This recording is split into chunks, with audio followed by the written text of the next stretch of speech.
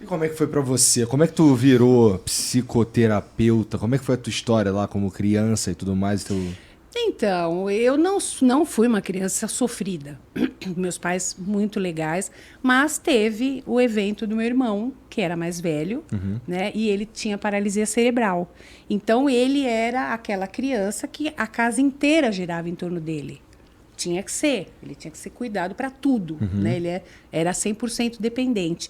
E o efeito disso foi que eu não tinha voz.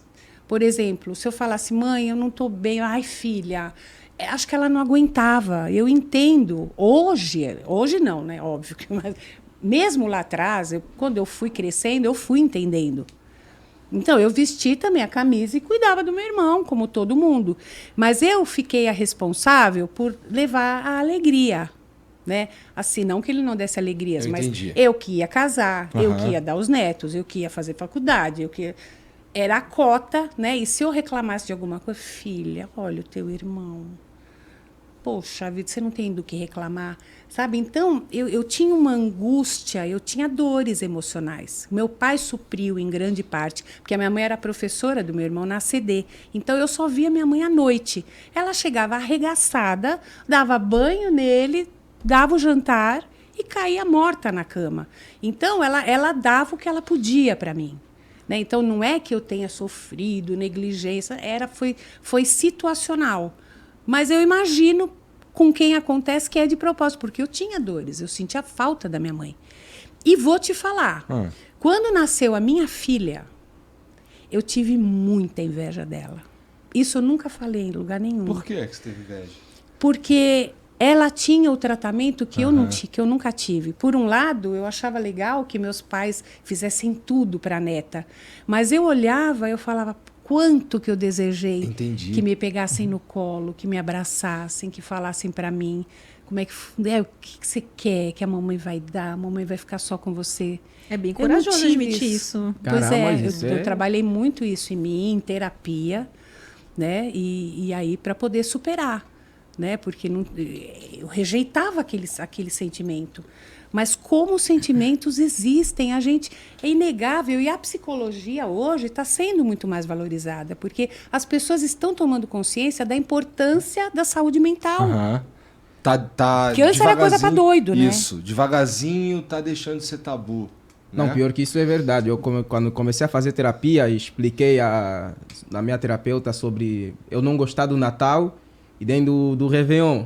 Ela começou a me explicar sobre algumas situações, me perguntou sobre como é que era a minha infância, isso Aham. tudo. E eu cheguei à conclusão que eu não gosto por conta da separação do meu pai e da minha mãe. Porque eu via os meus amigos com os pais, com as mães juntos no Natal, Réveillon junto, família junta. Mas eu não tinha isso. Eu só tinha minha mãe, meu pai tá contra a família dele. E não tinha esse contato de, caramba, estamos em família, é Natal. Eu não tinha isso. E até hoje ainda continuo com esse... Você fazer associações com coisas tristes. É. É muito normal. E para muito, quanto mais a gente vive, né, mais o Natal vai ficando uma coisa, né, porque já não tem tantas pessoas, né? Sim, sim. Então você sente mais as perdas, né? E assim, tem um ponto que tem a ver com quando o lance do teu irmão e tal, que sei lá, é importante prestar atenção que não é porque você não tinha paralisia cerebral que você também não pudesse ter suas próprias dores e que não quer dizer também que as suas dores não são relevantes ou importantes, mas eu também entendo que deve ser muito complicado uma pessoa que precisa de cuidado o tempo inteiro, deve causar uma exaustão emocional que eu não faço ideia de como seja. É terrível. Então eu imagino que putz, cara. Você entende? Eu não tinha o que falar, eu não tinha argumento. eu Eu ia entendo. falar o quê?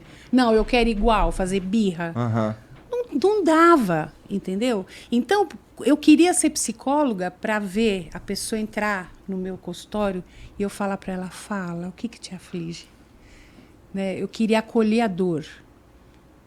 E eu fui, conforme eu fui me tornando adulta, eu fui falando das minhas dores e falando muitas coisas eu joguei na cara, depois eu pedi desculpas, né? Mas eu tinha tudo aquilo aqui, eu queria ficar doente, sabe? Eu tive episódios em que eu travava, eu não andava.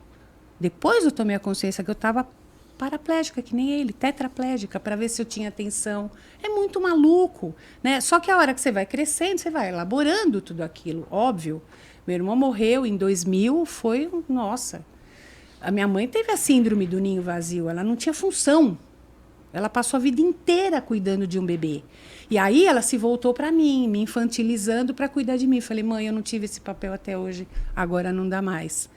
Né? E ela ficou mal. Né? Eu tive que tirar minha filha, eles cuidavam da nenê, né? Para eu trabalhar, mas aí eu estava virando irmã mais velha da Bruna. Entendi. Falei, mãe, não dá. Ela é minha filha.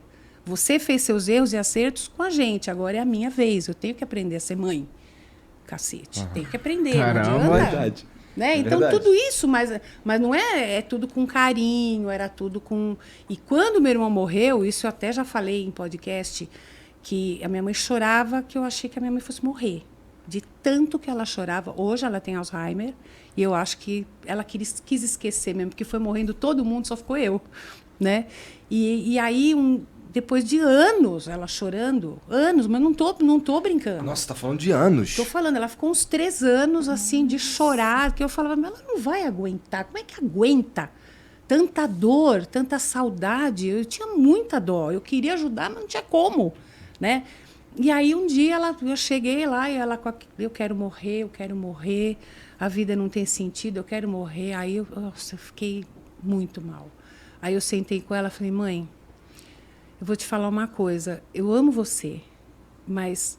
Se eu que fiquei não sou o suficiente para você ainda ter vontade de continuar vivendo, como eu te amo, eu desejo que você morra. Né? Para você ter aquilo que você quer, porque você não está mais conseguindo viver. Né? Eu gostaria que você vivesse porque eu estou viva. Né? Que eu fosse o suficiente.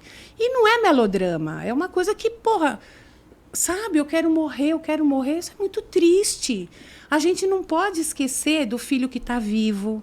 Né? Eu sei muito bem o que mães de filhos especiais realmente passam, mas tem os filhos que não têm nada. Né? Então, como é que faz? Então, a gente tem que ter um olhar para todos os filhos, cada um com as suas necessidades. Todos têm. E por que tu foi estudar coisas relacionadas ao sexo? Porque estava saindo a novidade, foi em 90, 89, 90. Era legal, era um grupo bacana, eu conhecia professoras. Não, vamos fazer um nicho novo, tal. E aí eu fui. Não tinha... bom, suponho que era um certo Não tinha tabu demanda, também, né? não. Era mais tabu do que hoje em dia. Até hoje. Até hoje. Até hoje. Por mais que se fale... E se faça, e se faça, veja, eu e queria seja... que você visse a cara de uma mulher ou de um homem que me procuram para falar que está sem libido, que está sem ereção, que está com ejaculação precoce. É muito difícil.